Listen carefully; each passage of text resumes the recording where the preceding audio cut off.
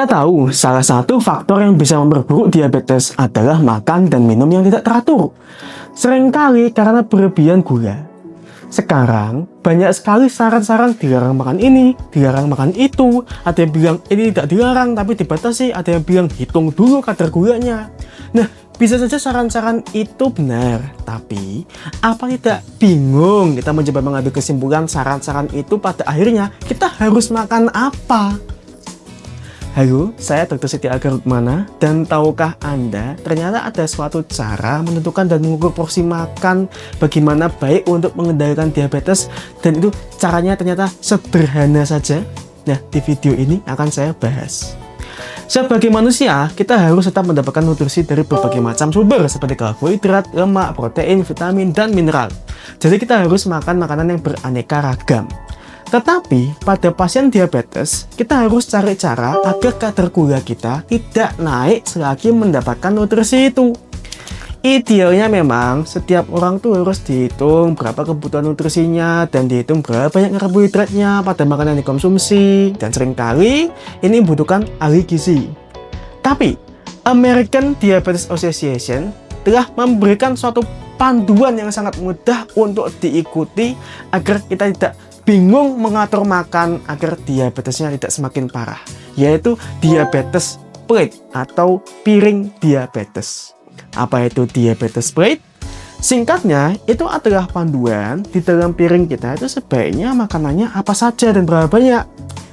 Gini, kita sehari itu disarankan tetap makan 3 kali sehari dan mungkin bisa disertai cemilan 2 kali sehari.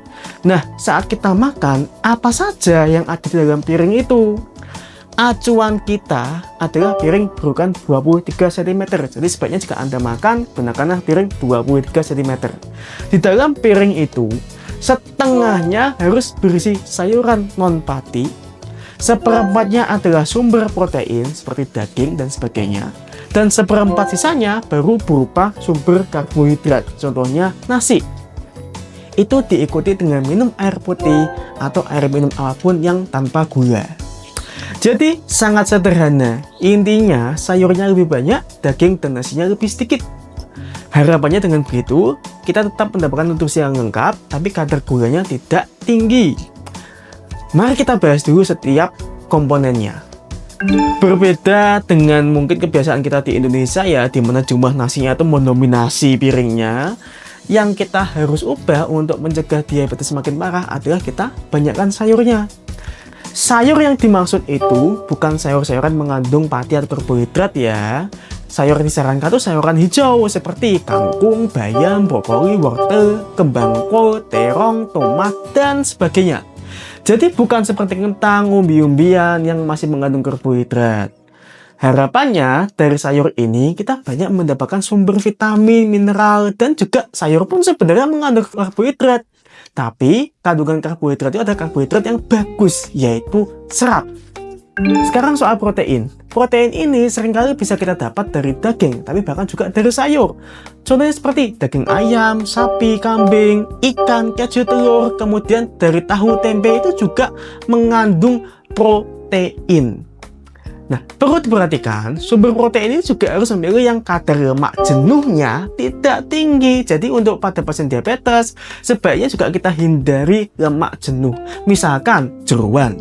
Jeruan itu punya protein juga, tapi dia kadar lemak jenuhnya tinggi. Jadi sebaiknya seperti itu harus dihindari. Selain untuk mengendalikan diabetes, kita juga menghindari lemak jenuh ini agar dihindar dari berbagai penyakit lain karena kelebihan lemak.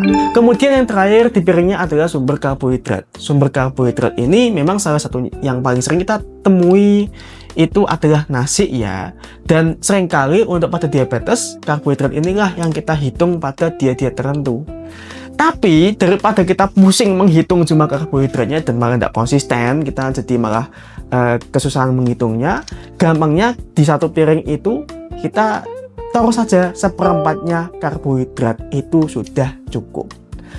Sumber karbohidrat pun sebenarnya juga banyak. Ada namanya karbohidrat simpel, karbohidrat kompleks. Harapannya kita tuh lebih banyak mengkonsumsi karbohidrat kompleks karena dikatakan karbohidrat kompleks ini efeknya lebih baik terhadap kadar gula kita. Karbohidrat kompleks itu termasuk serat. Jadi sebenarnya makanan sayur pun juga ada kandungan karbohidratnya, tapi sekali lagi karbohidrat yang baik. Tetapi di era modern ini sebenarnya fokusnya adalah menghindari karbohidrat simpel. Mengapa? Karena banyak sekali kandungan karbohidrat simpel di lingkungan kita. Karbohidrat simpel ini sering ditemukan pada makanan yang diproses, seperti makanan kemasan, kue-kue, cemilan-cemilan keripik kemasan, roti tawar. Itu pun juga seringkali karbohidrat simpelnya itu banyak. Itulah mengapa kita harus lebih utamakan karbohidrat kompleks dari sayur, termasuk kentang, umbi-umbian, jagung, nasi, buah-buahan. Itu lebih baik karbohidratnya dibandingkan dengan makanan atau minuman kemasan. Memang sulit untuk menyebutkan lengkap mana makanan yang mengandung karbohidrat simpel atau kompleks, tapi ya gampangnya coba hindarilah makanan dan minuman yang diproses atau kemasan, alias carilah yang lebih natural seperti sayur dan buah. Nah, selain di piring itu, jangan lupa juga minum air, tapi airnya jangan yang manis, air putih saja, teh tawar, atau bahkan jika misalkan Anda memang suka dengan minuman manis, ya boleh soda yang zero sugar. Tapi juga jangan sering-sering minum soda ya. Jadi saya ulang, apa saja porsi dari piring diabetes itu? Setengah sayur, seperempat sumber protein, seperempat sumber karbohidrat. Jika porsi makan itu bisa kita pertahankan konsisten dalam jangka panjang, harapannya akan ada penurunan gula darah signifikan. Dan jika Anda ingin menghitung lebih mendetail dari jumlah kalori, jumlah gula yang dapat dari makanan, itu silahkan. Tapi daripada pusing dan justru menjadi tidak konsisten, ikuti saja saran piring diabetes yang sederhana itu saja. Begitu saja yang bisa saya sampaikan. Semoga Anda selalu sehat dan sampai jumpa di video berikutnya.